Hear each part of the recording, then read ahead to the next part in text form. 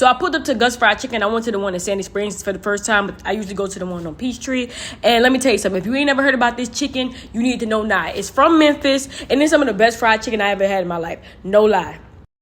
Listen, the place ain't nothing to sing home about as far as the decoration. The menu is real simple. They have some sides, a whole bunch of chicken, different beers, and some like pies and stuff.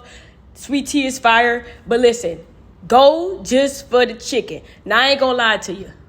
This time in the Sandy Springs location, they gave me a little skimpy chicken. But I done had this place many times before, and it usually look like this. Look how good that chicken look.